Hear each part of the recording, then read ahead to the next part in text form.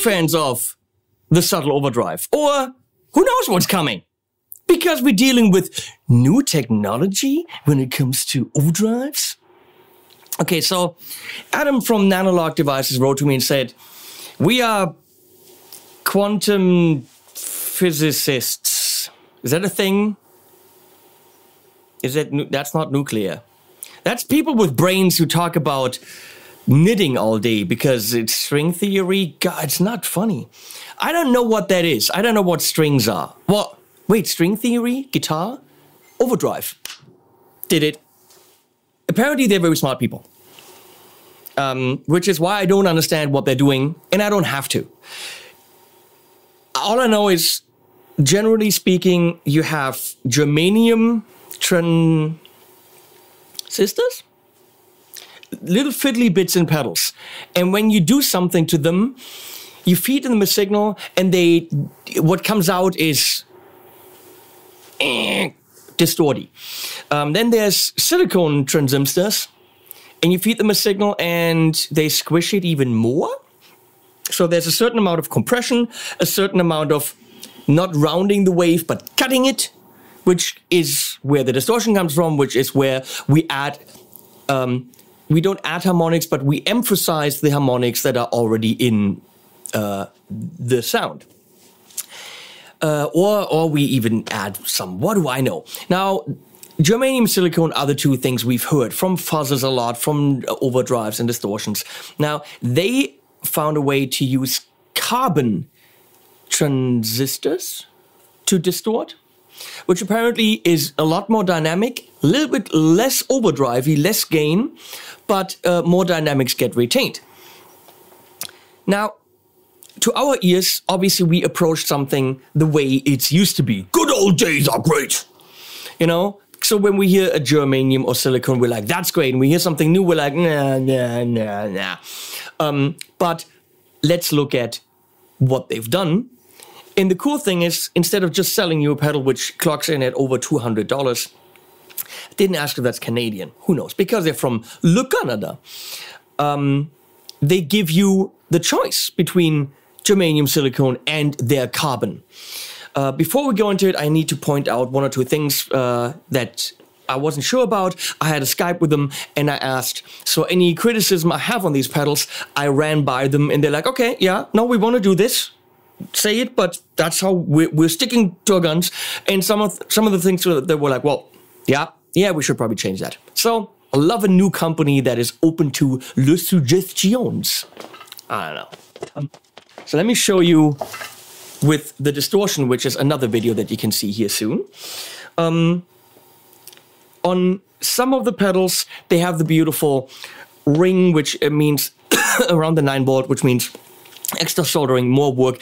They're not doing that. They decided to go for this, which is also a pretty nice and sexy way of doing it. So this is how the 9-volt is done, top loaded. The thing that bugged me is this. So if you look at the knob, see how it wiggles back and forth? That's not cool. What you can see on the overdrive, where the knobs are a little bit higher, is that the shafts of the pots of the knobs come directly from the circuit board through a hole, and they're not actually secured with a washer and a nut, which would mean, you know, they are secured on the chassis. They're not. They're just sticking through a hole, which means that's why they're wobbling, which means should I hit this or something, my knob doesn't break off. It actually, the whole pot breaks off the circuit board. That's not a good thing to do. They agreed, and they're going to look at a way to change that. So, comes with rubber feet, which is cool, a Canadian sticker. That's pretty much all there is. Let's test it. We're going to test it in a whole bunch of amps. And, oh, the pedal. We need that. Thank you, Leslie. Big ass clicky knob to go to the different transistors. Sending this to someone who has no idea about electronics, not sure that's the best idea, because I can't explain what's happening, but maybe I can listen.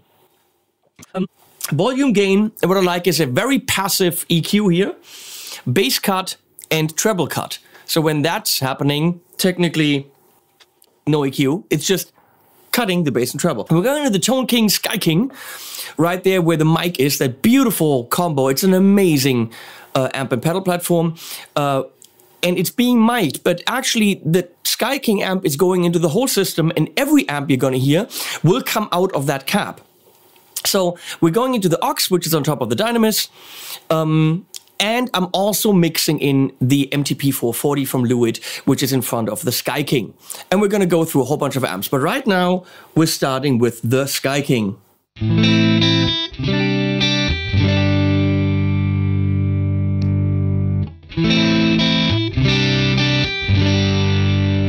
Let me show you the EQ first, which is weird, but I will.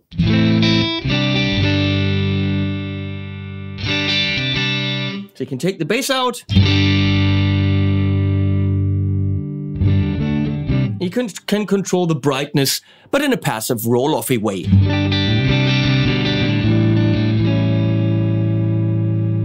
And because we're going new frontiers and non-traditional, we're playing a very traditional guitar, but with a little dip in the back. This Vola Oz has pretty much taken quite a few hearts, if I might say so, of people that saw the review of this, because it's a phenomenal axe for €1,400. That's in the upper, not medium, but it's in the upper lower price range, I would say. It's a medium. Let's call it medium. In its price range, it is phenomenal. So.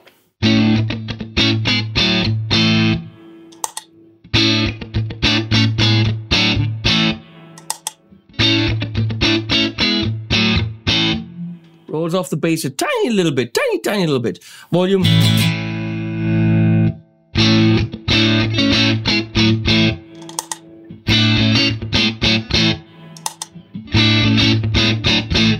Pretty non-invasive pedal.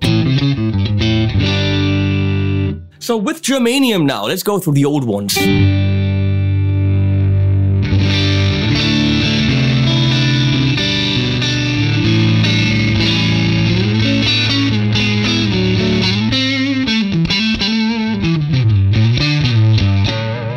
You have to know that the volume functions like a mix, a little bit.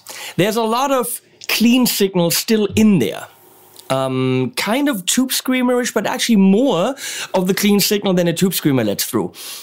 The more volume you crank up, the more you will hear where the gain is set, but you will also push the amp harder. So if for all the gain, you will actually push the amp into way too much compression. So you got to be careful, and you got to know that your clean is still in there. That is something that, according to Adam Brown, they did want. Okay, so it's that kind of overdrive.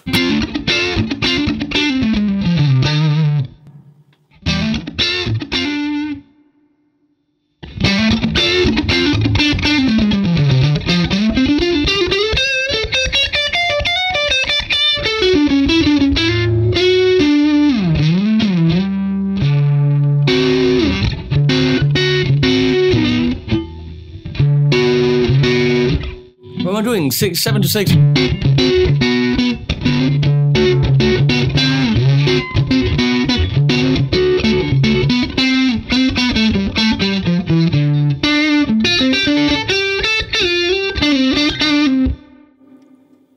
Very neat.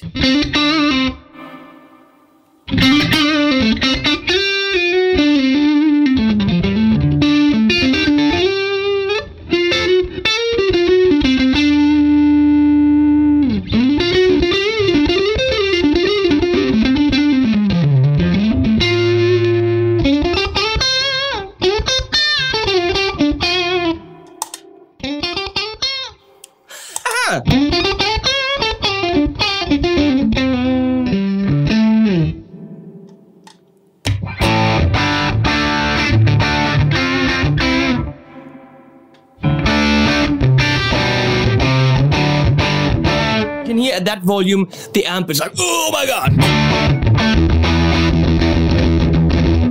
It's not defined anymore, it's just mushy, which is something you might want. In German, that means something else.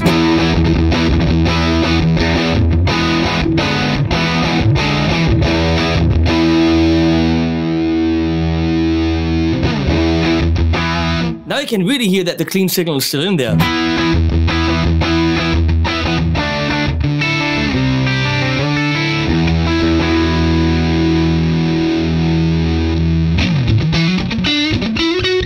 There's very clearly a clean signal with now quite a bit of distortion behind it.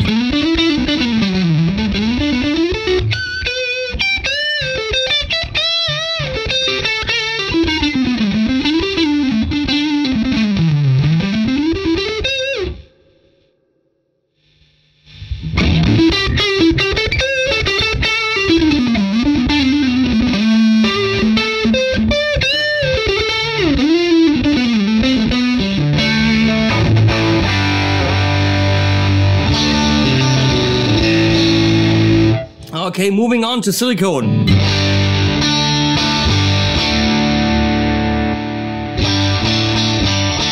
More of the clean with germanium.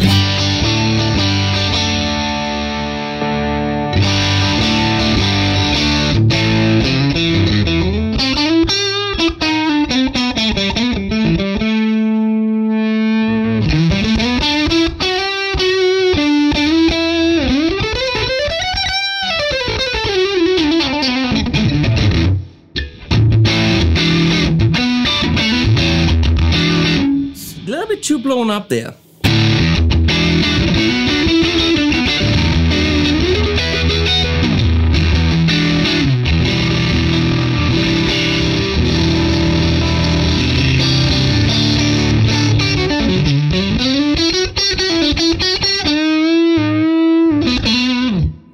Moving on to N1, which is carbon, but carbon N is not abbreviated N. It is it stands for Nanolog device, which is their own little secret sauce.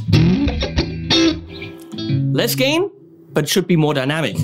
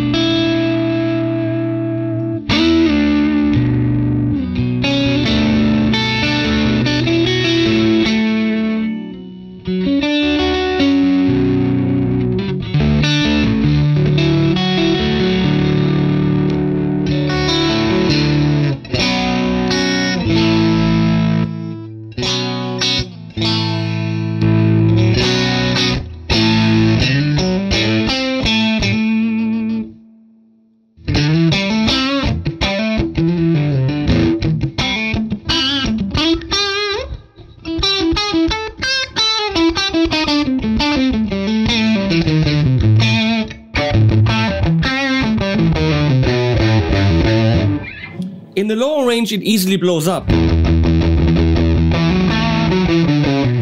Because you have to crank up the volume quite a bit to get it not to have that much clean in it.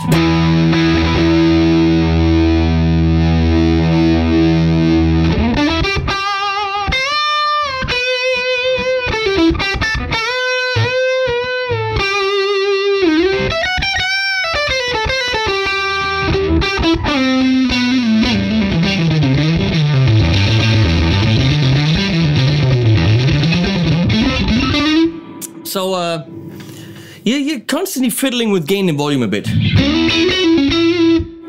Going to N2, which again is an analog device, but with more gain. Nice.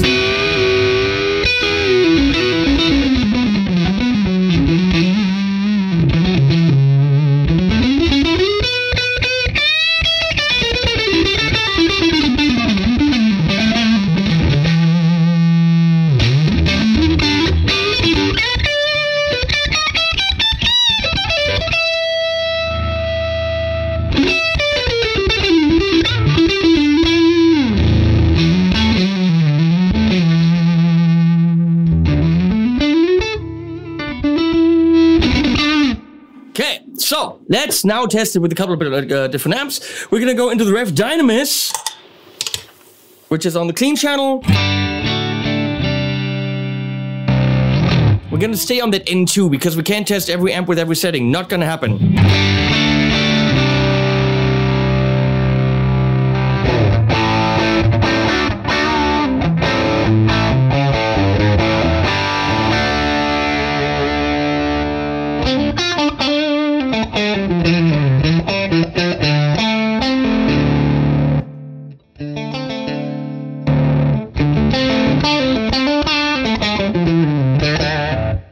Okay, again, it gets quite a bit louder because I have to have the volume up in order to hear more of the distortion and less of the clean signal.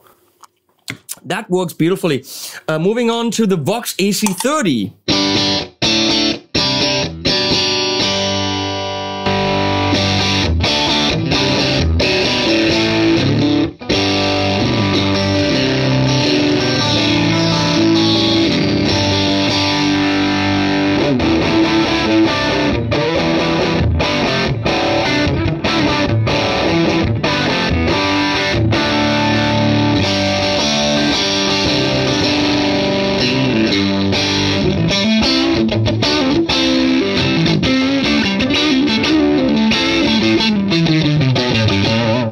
Works rather nice. Moving on to the Diesel Pow, which is right behind the guitar, which is already cranked a bit.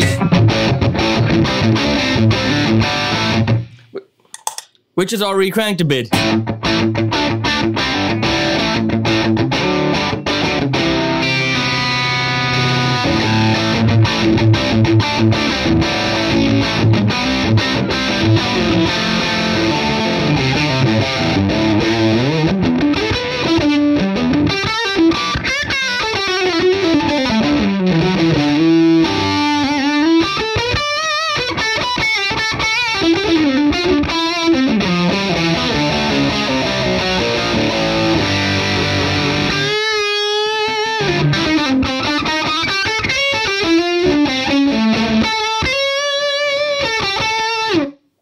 Pushes that amp rather nicely.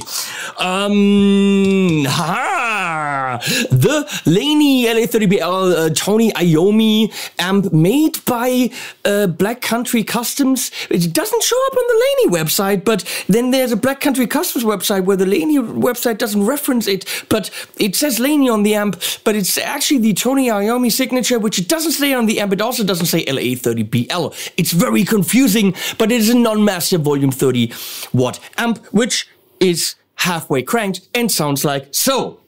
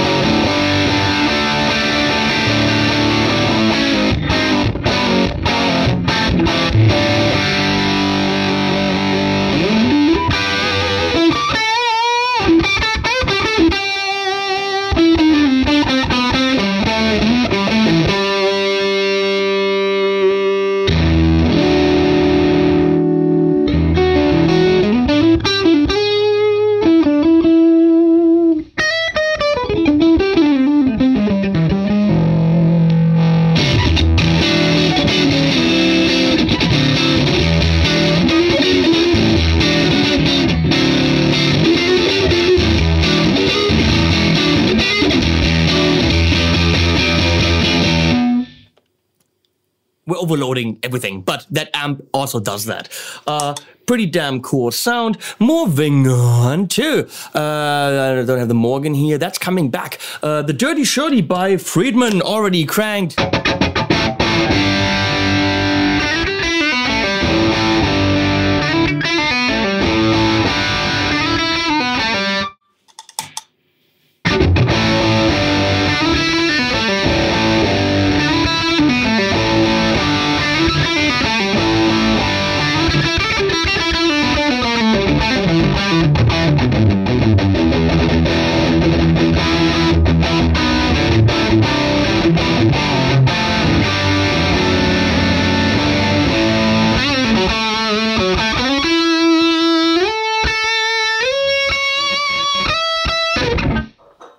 What the? That scared the living shit out of me. I almost had a heart attack because the vibrations of the Tone King wiggled my kitchen table and the plate fell down. That really scared me. Way to go, Tone King! What was I gonna say? I was at the Dirty Shirley. Yeah, beautiful. Moving on to the Orange Rocker Revv 50, which is on clean. A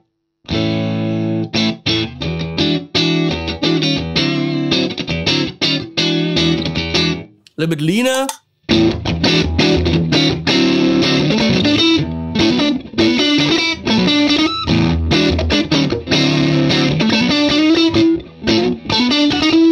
I can't play.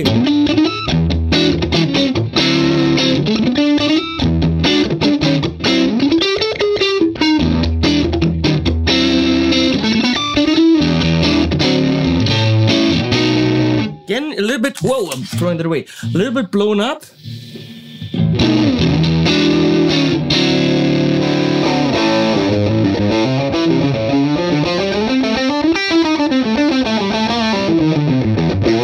But the orange still sounds like the orange. Small Friedman small box, which is already cranked. Not a lot, but a little.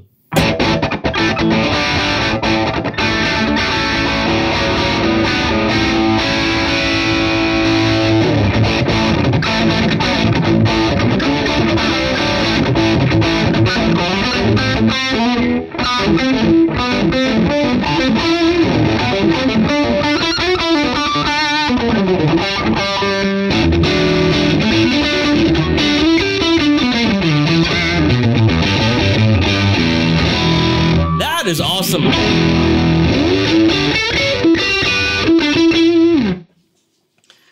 This pedal confuses the living crap out of me. I think that's all we have.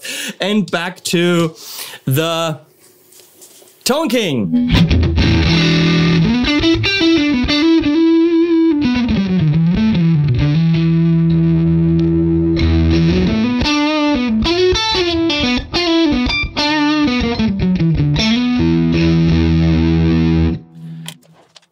So we've done a whole bunch of things. I couldn't possibly pump every single mode into every single amp. Well, I could, but this would be a 2-hour video. So, blow it up, Leslie. My 2 cents, Nanolog, classic overdrive. First of all, the word classic is pretty damn wrong because it's got carbon in it by nuclear, stringy people. So it's not a classic overdrive. It's the opposite of classic. It is fully new space age technology. This shit is what astronauts play through, I guess. So price point. I can't talk about it because I don't know. I don't know if $200-something, I don't know if that's Canadian, US. I have no idea how much it would clock in Europe. I think you can get it directly from their website, but maybe not through distributor, maybe then it's more or less, who knows. I don't know how much Nanolog devices are. Carbon, are they putting diamonds in there? I have no clue. So let's not talk about price. It gives you a lot of flexibility with the different clipping diode options. The quality of the knobs wiggling, that is something they have to take care of, absolutely, because it doesn't instill a lot of confidence in the knobbage. I love the EQ section being passive. I do like some sounds. I don't like that in order to get more distortion or more drive in the tone than clean signal, you have to crank up the volume, with which you're blowing up the amp. So if you like these blown up kind of stoner rock sounds or classic rock sounds or these types of sounds where your amp goes into sag, all that stuff, yeah, that's great. Otherwise, I feel like I have to pull back a little bit when I play. I wish that volume was really just volume. And if they want a clean sound to remain in there, give me a mix knob. Okay, have a dedicated mix and volume. Because if I want more of the gain, I will have to have the volume here. In which case, I'm not getting really what I want because my amp is being pushed too much. So you're constantly playing with volume and gain and try to find the right balance. However, if you find the right balance and you're here or there, you are rewarded with pretty great tones. And I would say pretty unique kind of tones. Yeah, it sounds like an overdrive, but like one that I haven't really encountered. You know, it's not It's not rocket surgery. Actually, it is. It's so hard to talk about something that I don't understand. If you have a chance to check out the classic Overdrive by Nanolog devices, Nanolog audio. Why am I saying no devices instead? Nanolog, by those people, by the freaky deaky Canadians. This is also a freaky deaky Canadian, but he's wrong and we know that. But look how cute he is. Look how cute Glenn is. With his little Canadian socks. Hey, Leslie, show the slide I can. Come on. Look how cute Glenn's Canadian socks are. Come on. Isn't he a cutie? Okay. Hey, something new to check out. I think this company probably has a bright future because smart guys get far. And I don't really have an and. Links below, animals at the end. I'm going to do the distortion now.